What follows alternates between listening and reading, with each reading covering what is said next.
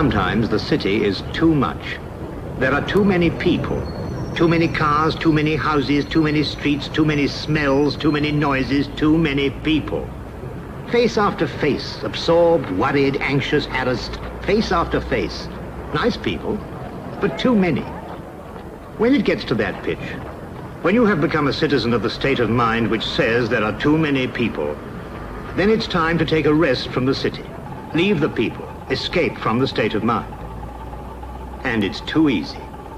A bus or a train from one of the city's termini, an hour's journey, and there you are in London's countryside, with a green space of time to untangle the ends of your nerves, rediscover your humanity, refresh your taste for life.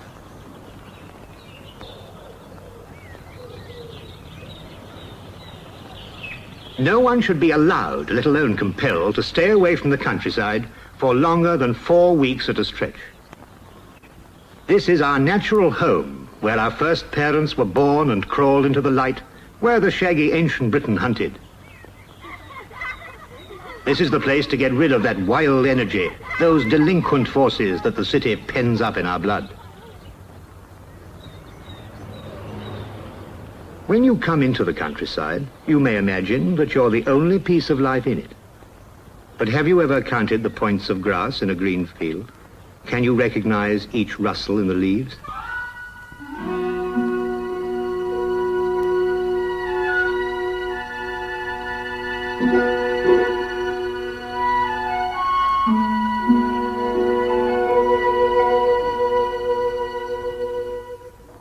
The berry is brown, the berry is white, the berry is as red as Mary's lip. Do you know which berry you can bite? The inhabitants do. And they would tell you, if they could, that their country is a place of infinite riches, breeding wild and delicate life out of nuts, leaves, grass, pollen, dew, and invisible air.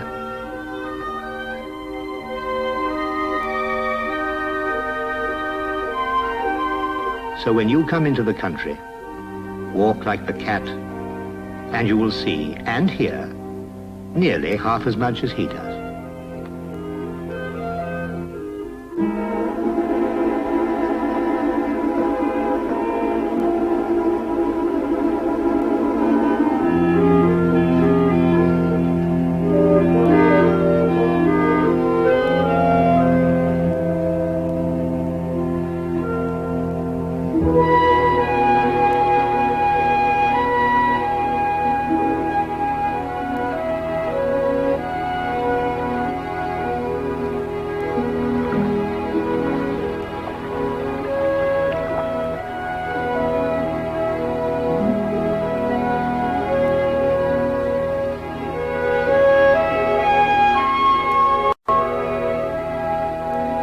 The countryside has bred many things. It has bred men who worked and fought and built and distributed their monuments over the face of the land. Some of these monuments, villages like Finchingfield in Essex, are hardly more than an atmosphere, the fading echo of a way of life. Some are like old ships, cast up hundreds of years before and anchored in the landscape. You may find them in the most unlikely places. In Farnham, in Surrey, for instance, there's a keep. But you can look at it until the harebells grow out of your eyebrows, and it remains just a pile of stones stuck together with mortar. Until you take the trouble to find out who built it, who fought for it, and how neglect more than any cannon shook these walls into disrepair. And then it begins to come to life.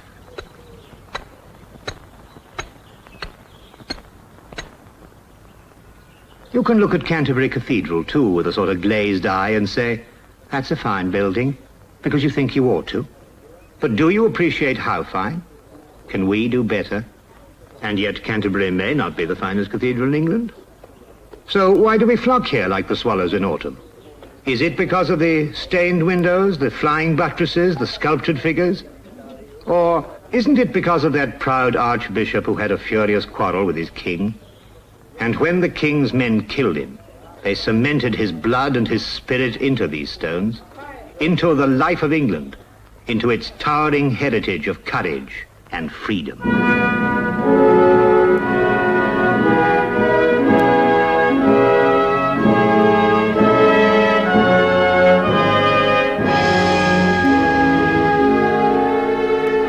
west of London stands another part of that story. A house that can still attract the eyes of the world. When that great adventurer, Norman Williams, seized the English crown, he fastened his chain of defences with a stake driven into the winding shore of the Thames. It would have widened his eyes to see that stake transformed into this magnificent clasp.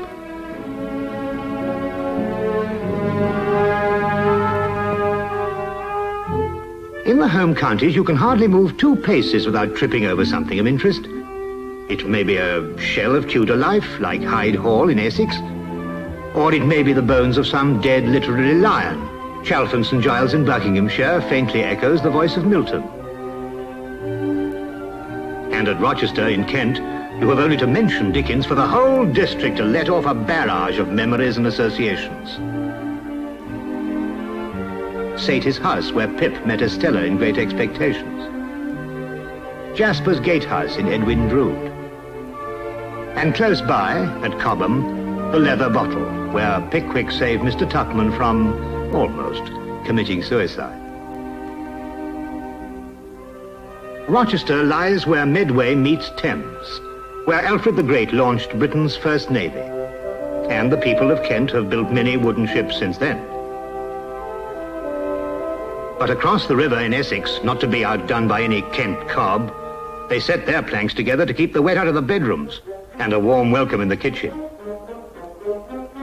Then, at Greenstead, they took their strong grain timber and made themselves a church.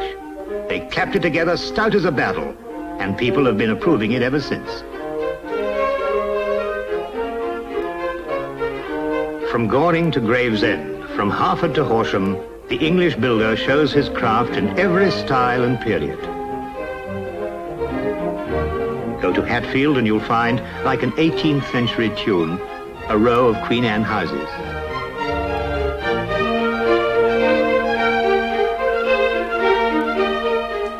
When they made a building, it didn't look as if it had a wall eye or a pot belly.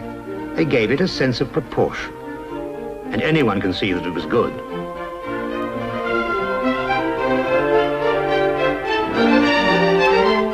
When they built Sher Church in Surrey, they gave it a lich gate. Originally, lich meant corpse, but these gates were made with so much love that now they only remind you that you kissed the lady under the lich and she took it on the catch. They built with a sense of humour as well as with bricks and mortar. They took time to put odd quirks in corners of the village street, like the little man at Abinger Hammer. And the hammer in the name refers to something quite different, which you can find out if you go there.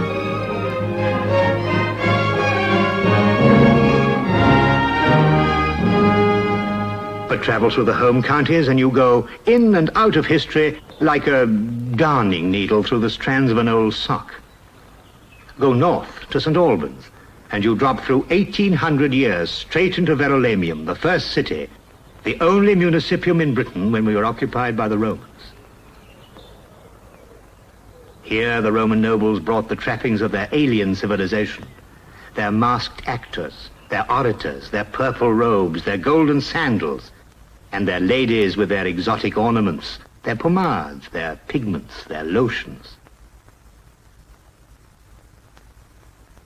Yes, in those days too they painted.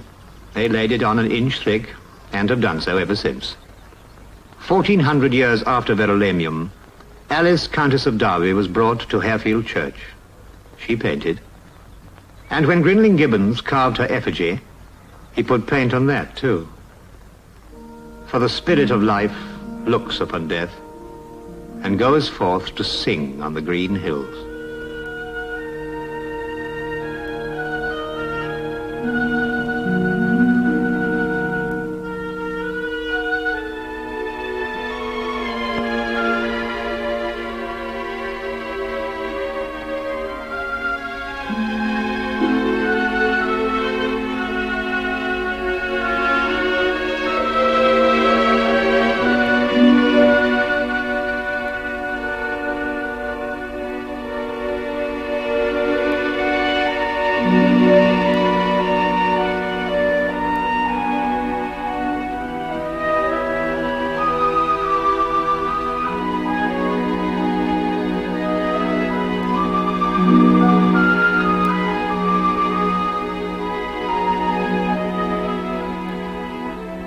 You can gallop over the Chiltern Hills in Hertfordshire.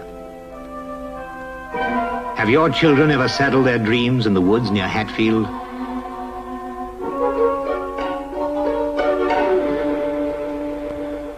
There's a whole forest of adventures to be tracked down and hunted to death at Epping.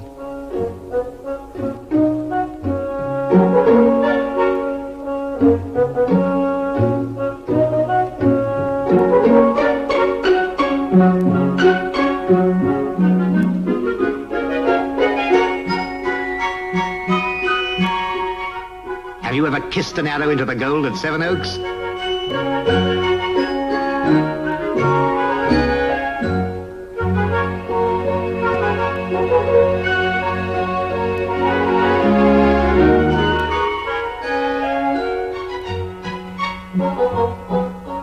There are still dams to be built in the stream at Sarrett. Can you still find Eel Pie Island or Milady Ferry? The hills, the woods, the rivers are waiting. Ignore them and any child will swear you're a stay-at-home, stick-at-home, drown in the drain, tarmac and stone will crush your brain. 3 years ago, or was it longer, you lost sight of 5 sets of muscles. Go down to London's river and bring them out into the open again. They'll wear all the better for a bit of light.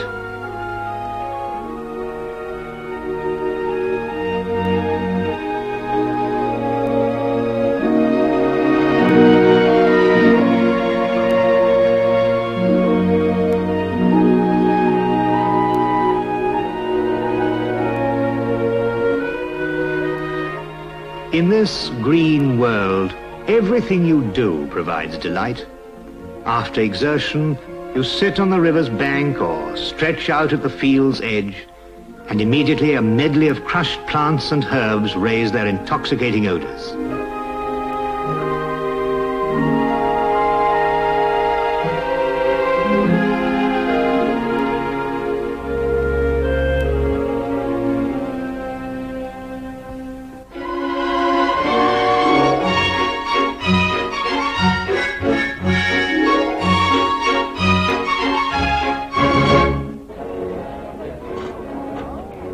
Hungry, not to say thirsty. You could eat the North Downs and drink the Thames dry. You'll find you're in the most natural place in the world for the satisfaction of appetites. Those corrugations in your digestion will be smoothed out by the taste of fresh air with every mouthful. Those acids that ferment in your brain will dissolve in the dressing of sights and sounds round every course.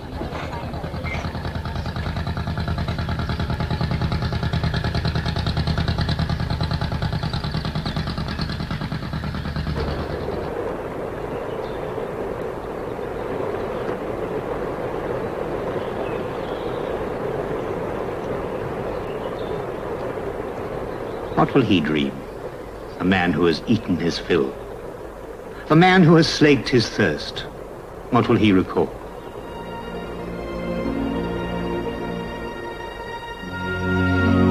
He seems to move again among the green hours. His love is before him, and his life steers towards the sunlight.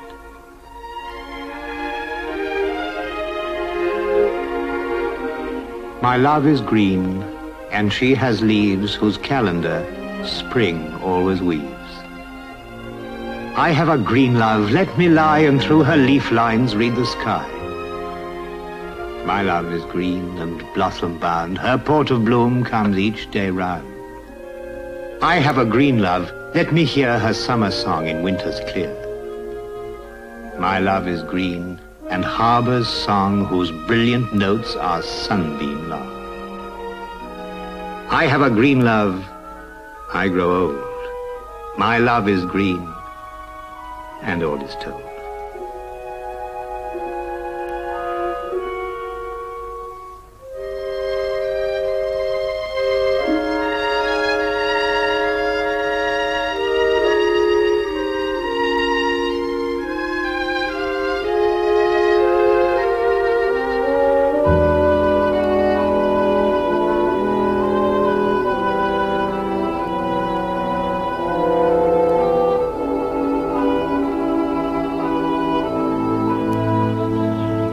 The countryside is never idle. However peaceful it looks, it is always producing, breeding new life, refreshing itself only for another burst of activity.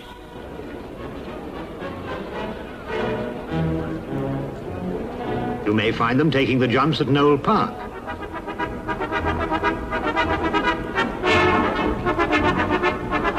Maybe they're showing their paces in Buckinghamshire.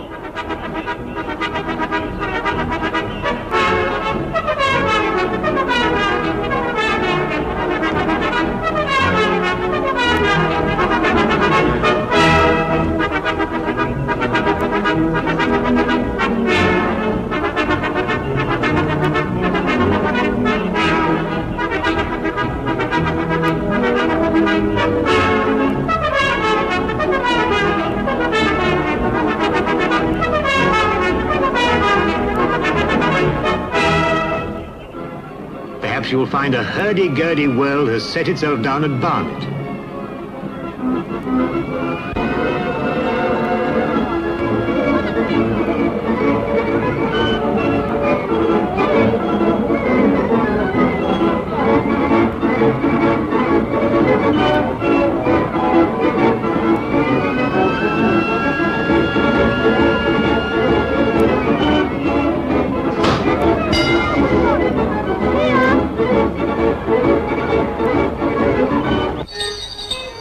You may find your feet unexpectedly twitching in the streets of Westerham.